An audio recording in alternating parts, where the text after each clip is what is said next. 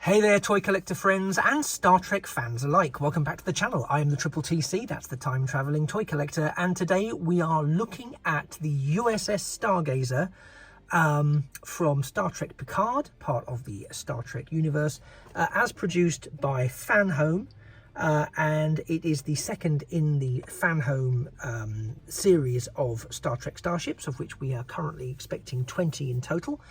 Some of you may be aware of my Fanhome Fandango of trying to actually subscribe to this series, and it has had its ups and downs. I won't lie.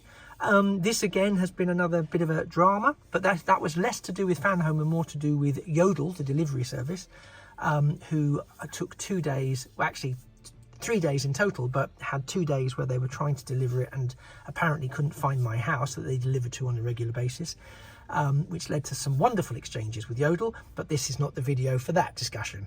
Suffice it to say, I have it now, and I'm very, very pleased that I have it now. And again, let's have a quick look at the box. The artwork on the front is lovely. I really love that starscape. I don't know what it is about it, but I really, really love it. So it's the USS Stargazer as it appeared in Picard. Let's have a little stroll around the box. You can see the ship is there, warping through space. How absolutely gorgeous. Fanhome on the side, I think Fanhome on the side, upside down Stargazer on the top, that's my fault, and just words and shenanigans, but they're also upside down. I'm doing really well with this. On the back, so all in all, pretty standard box, but very nice box, I won't deny it. So let me get the Stargazer out of the box on display and I'll give you a walk through it. Take care. And warping into the universe, we have the USS Stargazer, NCC 82893. And I have to say, straight out of the box, it does look absolutely fantastic. Again, it is the sort of size of the old Hero Collector Eagle Moss special editions, which is fine. I do have a few special editions. Originally, my collection was mostly the XL range. But it's very evident that if you want to get the XLs that are coming up in this collection, subscription does seem to be the best way to secure it. From what I'm seeing online, people are struggling because the stock is this, which is great for Fanhome and actually great for the fandom in many respects. Because if it's showing that the stock is literally flying out, no pun intended, so demand is much higher perhaps than they initially expected, then we may see more than 20 ships come to fruition down the line. Who knows? I'm optimistic that we might see that.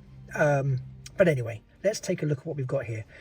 So this is a reimagined, upgraded, updated version of the Stargazer.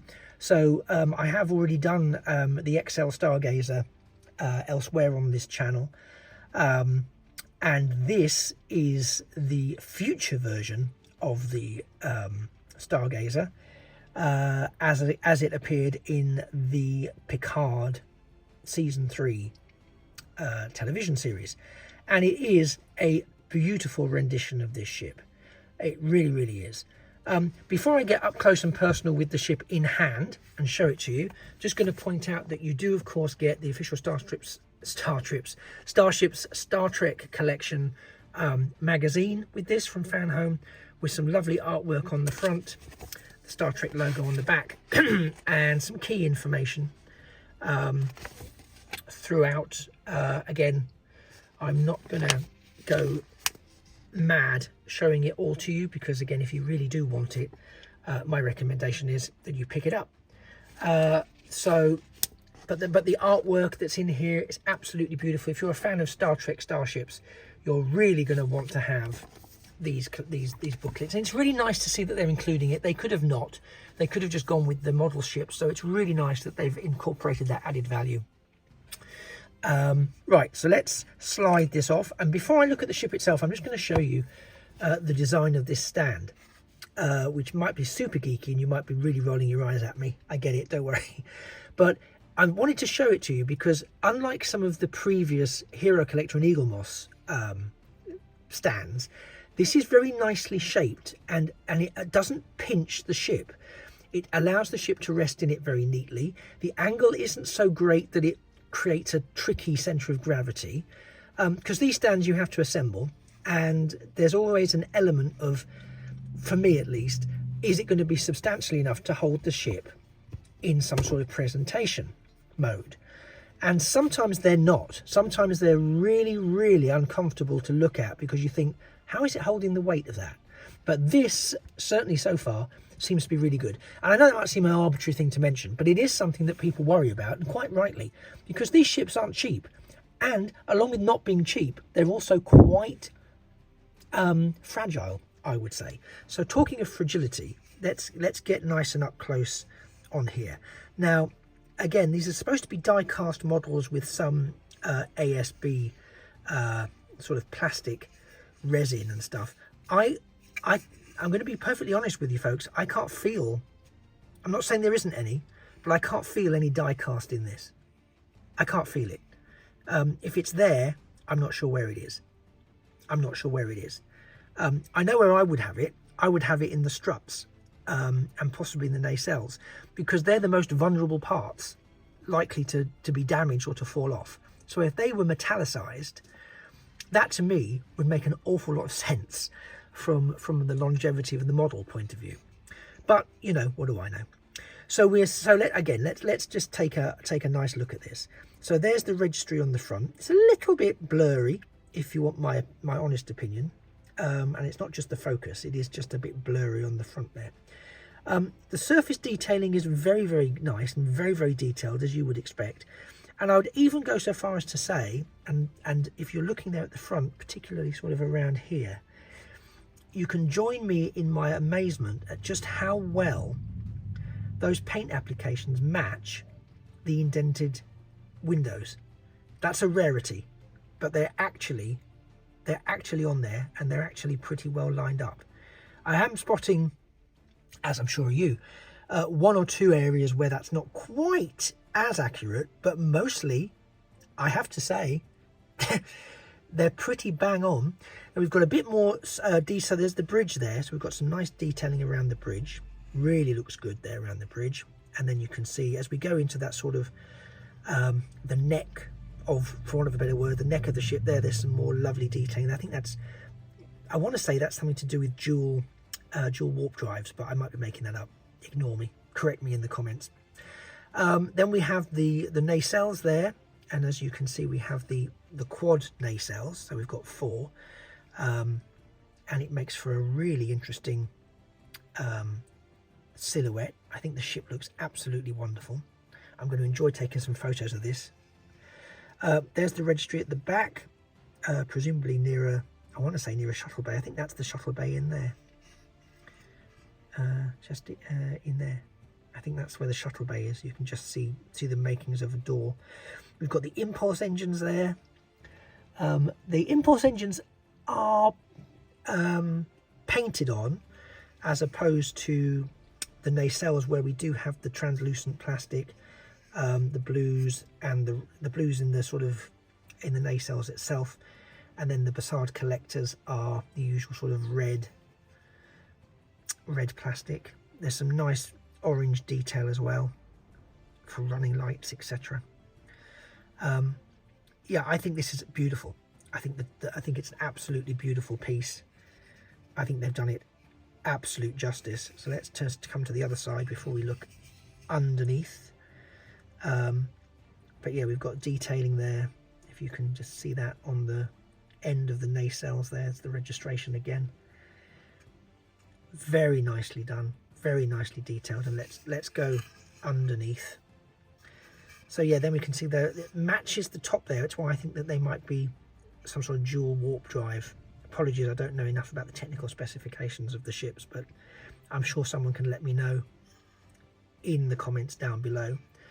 There's the underside of the saucer. We can see there the deflector dish. There's a sort of blue paintwork around that. Again, pretty much lined up all of the, not so much here. The side is let down slightly on the underside, but you know what? We're not really going to see that when we're displaying these on our shelves. And they got it right where it mattered, which was on the top. And most of it's okay. There's some nice sort of temper graphing here, which gives it a sense of sort of space weathering. This feels like it's a ship that's been out on duty for some considerable time. I really, let's just see if I can get a nice look at that. There you go. That's it coming towards you. I think it's a really nice ship. I think they've done a really good job of this. Would I have picked it up if it wasn't part of the subscription? I don't know, because I'm more, as I've told you, I'm more of the XL breed than I am the sort of, well, what is now the standard size, but what was the special edition size really, in the world of Hero Collector and Eomos. But I really do like this. I think it's a real winner. I will say that I'm aware that some people have received these and the nacelles have been detached. So that's another reason I've got that. I make that point about that's where I'd put some die cast if it were I. But I think if I've from what I've seen and understood, they are quite easily attachable. To the point where you almost want to say, look, make a choice. Fanhome needs to make a choice.